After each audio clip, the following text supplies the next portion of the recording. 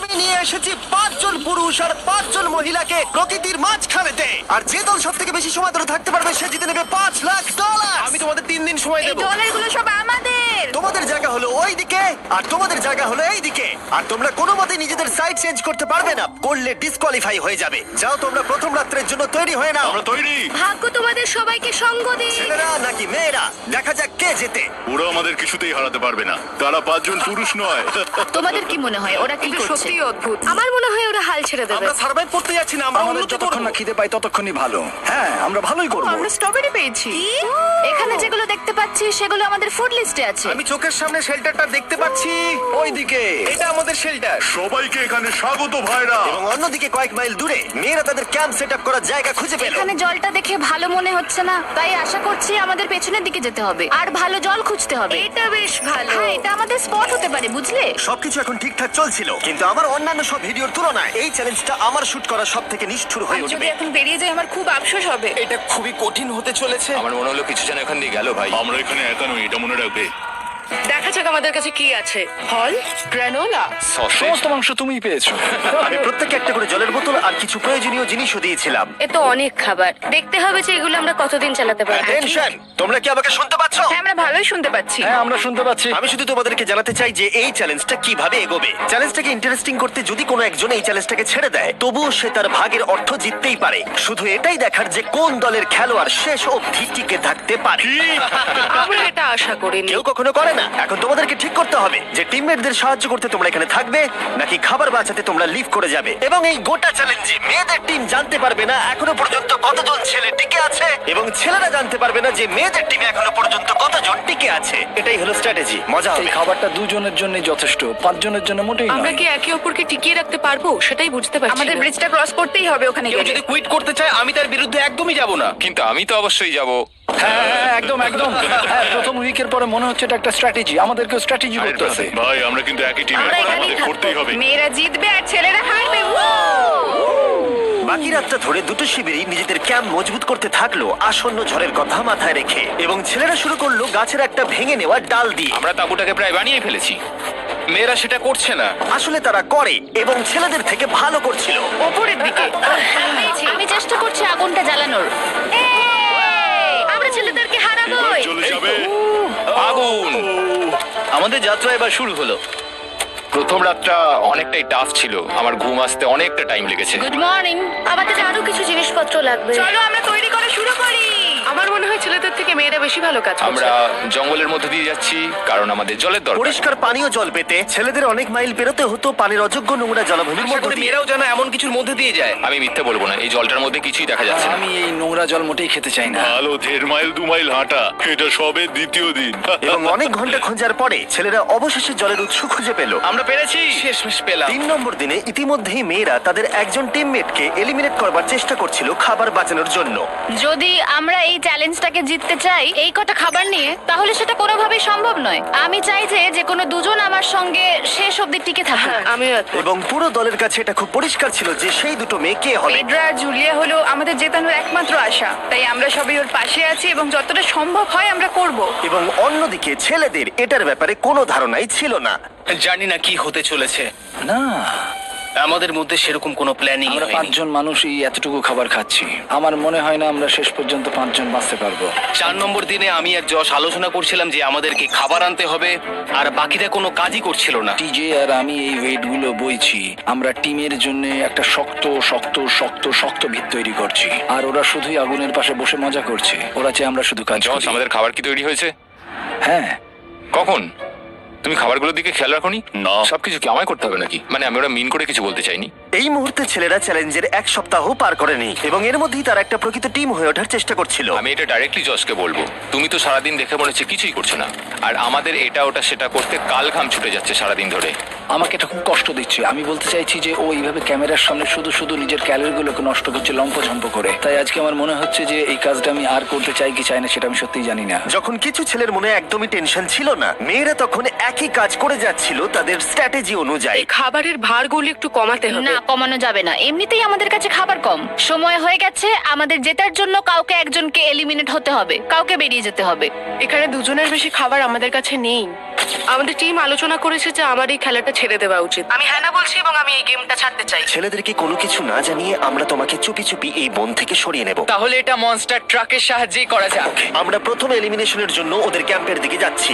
আমি টিমের স্ট্র্যাটেজির জন্য এই খেলাটা ছেড়ে দিচ্ছি। তার মানে দাঁড়ায় বাকি 4 জনের জন্য বেশি খাবার। চলো এখান থেকে বেরিয়ে যাওয়া যাক। তোমাদেরকে কিন্তু জিততেই হবে, ঠিক আছে? খুব ভালো খেলেছো যদি এখানে তুমি। মেয়েরা জিতে যায় তাহলে তুমি এখানে সব থেকে বেশি স্মার্ট হবে। তুমি প্রথম বেরোলে কিন্তু 1 লাখ পেতেই পারো। অনেকেই আমাকে বলেছে যাতে এই খেলাটা আমি ছেড়ে দিই। হ্যানা নিজেকে ভাগ্যবতী মনে করতেই পারে, কারণ পরের 2 দিন ধরে প্রচন্ড ঝড় বৃষ্টিতে দুটো টিমই তাদের ক্যাম্পের ভিতরে থাকতে বাধ্য হয়েছিল এবং খাবার খাওয়া ছাড়া আর কোনো কাজ করতে পারেনি। আমরা বেশি দিন আর এইটুকু খাবার নিয়ে চলতে পারবো না। তাই 10 নম্বর দিনে আমি একটা টুইস্ট দেবো ভাবলাম। এটা 10 নম্বর দিন আর তোমরা যদি আমার একটা ভিডিও দেখে থাকো তাহলে জানো এরপরে কি হতে চলেছে।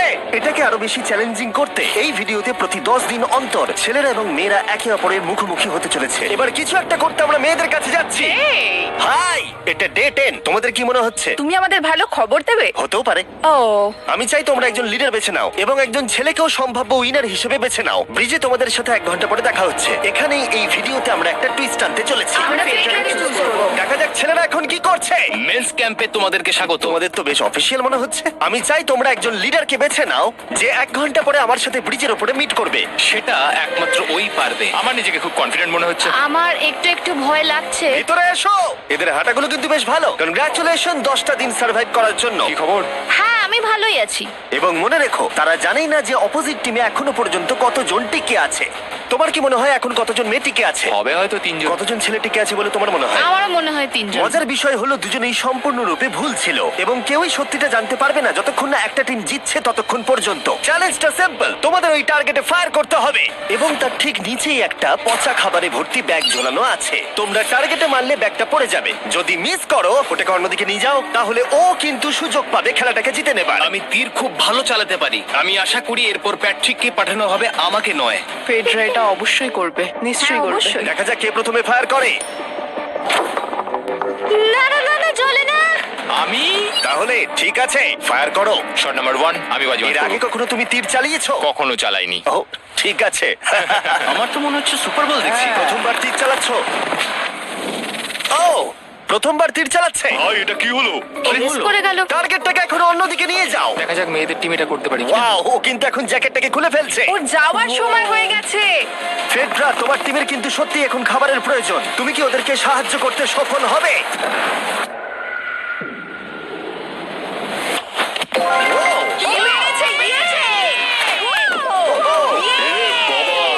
ভাই দেখে মনে হলো হাঙ্গার গেমের পার্ট দেখছি। ঠিক আছে, তুমি এটা নিতেই পারো। সবাইকে চিয়ার্স, চিয়ার্স। এবার তাহলে ছেলেদেরকে দেখাও। তোমায় অনেক কিছু খেতে হবে এবং তাড়াতাড়ি। আমি লক্ষ্য করেছি তোমরা এটা বলছিলে। হ্যাঁ তো, দাঁড়াও দাঁড়াও, কি? বৃষ্টিটা হওয়ার পর আমাদের খাবারের দিকে লক্ষ্য করতে হয়েছিল। খাবারগুলো প্রায় নষ্ট হয়ে গিয়েছিল। খাবার আমাদের কাছে এমনিও অনেক কম আছে, বেশিক্ষণ চলবে না এই খাবারগুলো। তাই আমি ভাবলাম যে আমার চলে যাওয়া তুমি উচিত। ভাবছো এক্ষুনি বেরিয়ে যাবে? হ্যাঁ। যেটা ভালো মনে হবে। তুমি চাইলে এখান থেকে বেরিয়ে যেতেই পারো। হ্যাঁ, এক্ষুনি। তাই ফেস্টিভ্যাল নিয়ে আর হাক করে ও এখান থেকে বেরিয়ে টাটা গেল। সবাইকে। বাইরে দেখা হবে। মেয়েদের টিমে তাহলে এখন 3 জন মাত্র বাকি রইলো, যখন ছেলেদের টিমে 5 জনই ছিল। আমরা আশা করি এই চ্যালেঞ্জটা আমরা ওর জন্য জিতবো আর হ্যানার জন্য। অনেক খাবার থাকায় এবং একজন কমে যাওয়ায় মেয়েদের মনোবল ক্রমশই বাড়ছিল। আমার সত্যিই মন মেজাজ খুব ভালোই আছে। আমরা অনেক চেষ্টাও করে যাচ্ছি আর এই খাবারটা আমাদের অনেক দরকারও ছিল। Cheers guys. চিয়ার্স। ভালো খেতে। যাই হোক, এই চ্যালেঞ্জের গতিমুখ ঘুরে গেল যখন টিজে এখানে এলো। আমাদের মধ্যে কেউই এই আর্চারি কম্পিটিশনটা খেলতে পারেনি। সবাই ভেবেছে যেটা আমি পারবো। জানি না এবার কি হবে। যা হবার হবে। যখন আমি সুযোগ পেয়েছিলাম তখনই আমার এগোনো উচিত ছিল। আমি যখন চেয়ারে বসেছিলাম তখনই আমি তীর ধনুক দেখতে পেয়েছিলাম। আমি ভেবেছিলাম যেটা আমি করতে পারবো। পরবর্তী চ্যালেঞ্জ আমার হবে। মেয়েরা পরের কয়েকদিন অনেক খাবার থাকাটাকে উদযাপন করছিল, কিন্তু দুর্ভাগ্যবশত ছেলেরা তখনও মাছ ধরে যাচ্ছিল। চলো দেখি কি উঠলো। না না, ও এই মুহূর্তে তাদের খাবার ক্রমশই কমে আসছিল, তাই ছেলেরা আস্তে আস্তে হতাশ হতে শুরু করে দিয়েছিল। ভাই ক্যাম, আমি কিন্তু তোমাকে পেয়ে এখানে খুব খুশি। আমি জানি আমি খুব অলস প্রকৃতির মানুষ, কিন্তু আমি এইসব ব্যাপারে আমি মাথা ঘামাতে চাই না। ক্যামেরনের মানসিক চাপ বাড়তে শুরু করে দিয়েছিল এবং সামি তার উৎসাহকে বাড়াবার চেষ্টা করছিল। 13 নম্বর দিনের সকালে সে তার সিদ্ধান্ত নিয়ে ফেলেছিল। আমার একদমই ঘুম হচ্ছে না। আমার আস্তে আস্তে শরীরটা খারাপ হয়ে যাচ্ছে। আমি তোমার জন্য খুব প্রাউড ফিল করি ভাই। ধন্যবাদ ভাই, তুমি খুব ভালো করে খেলবে। ক্যাম্পকে হারানো একটা সত্যি বড় ধাক্কা ছিল আমাদের। আজকের দিনটা সত্যি খুব খারাপ যাচ্ছে। কিন্তু শুধুমাত্র ছেলেরাই ক্ষতির মুখে পড়েনি। আজকে আমাদের টালিয়ার দিন। আমরা ওকে সত্যি খুব মিস করছি। মেয়েদের টিমে কম খেলোয়াড় থাকার কারণে তারা স্ট্র্যাটেজি ইউজ করছিল, অন্যদিকে ছেলেরা প্রতিকূলতার সাথে লড়াই করে যাচ্ছিল। আমি একদম হেরে গেছি। আমি এখানে আসতে পেরে খুশি। এটা সত্যি খুব কঠিন। আমি জাস্ট একটু ভেঙে পড়েছি। তোমার মনে হয় যে তুমি পরের চ্যালেঞ্জটা জিতবে? ও না, এটা ভাবলেই আমার খুব কষ্ট Alright, লাগছে bro. ভাই। দেখা হবে। হ্যাঁ, একদম। তাই তাদের শেল্টারকে আপগ্রেড করতে সাহায্য করবার পরে ছেলেরা ঘুমাতে গেল এবং সকালবেলা রেডিও কল করলো। ছেলেরা, কি খবর? আমি ওয়াকিতে একটা মেসেজ পেলাম। আমি তোমায় কিছু কথা বলতে চাই জিমি। আমি এখানের মধ্যে কোনো মাচো ম্যান নই, কিন্তু এটাও বলতে পারি যে এটা কঠিন নয়। ঠিক আছে সবাই, চলো তাকে চ্যালেঞ্জ থেকে বার করি আমরা। চলো। ক্যাম্প থেকে বিদায় নেবার সময় সামি সকলের উদ্দেশ্যে একটা পার্টিং গিফট দিল। তুমি টি শার্টটা চাও? আমি টি শার্টটা নেবো। ওর পোশাকটাও ও দিয়ে দিল। প্যান্টটা দাও। তোমরা তো ওর থেকে সবকিছুই নিয়ে নিলে। এই মানুষটা এবার কি যেতে পারবে?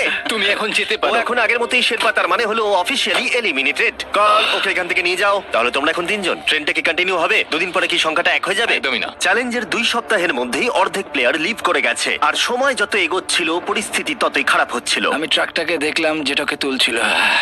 আমার প্রথমেই খুব হিংসা হলো। আমি জানি না শেষ পর্যন্ত থাকতে পারবো জশ কিনা। কুইট করবে বলে প্রায় সিদ্ধান্ত নিয়েই ফেলেছিল, কিন্তু ঝড় আসার সাথে সাথে পরিস্থিতি আরো অনেকটা খারাপ হয়ে গেল। ও ও ও বৃষ্টি শুরু হয়ে গেল। শান্তিতে ঘুমানোর জন্য মেয়েদের ক্যাম্প অনেকটাই উপযুক্ত ছিল, কিন্তু অন্যদিকে ছেলেদের ক্যাম্পটা এই বৃষ্টিকে আটকাবার জন্য একেবারেই উপযুক্ত ছিল না। আমি এইভাবে সবকিছু শেষ করতে চাইনি। এই মুষলধারে বৃষ্টি অনবরত প্রায় 2 দিন ধরে চললো। আমার রেইনকোটটা পুরো ভিজে জবজব করছে, আমার পেটটা পুরো ভিজে গেছে এবং আমার প্যান্ট পুরো একেবারে ভিজে গেছে। আমার মনে হচ্ছে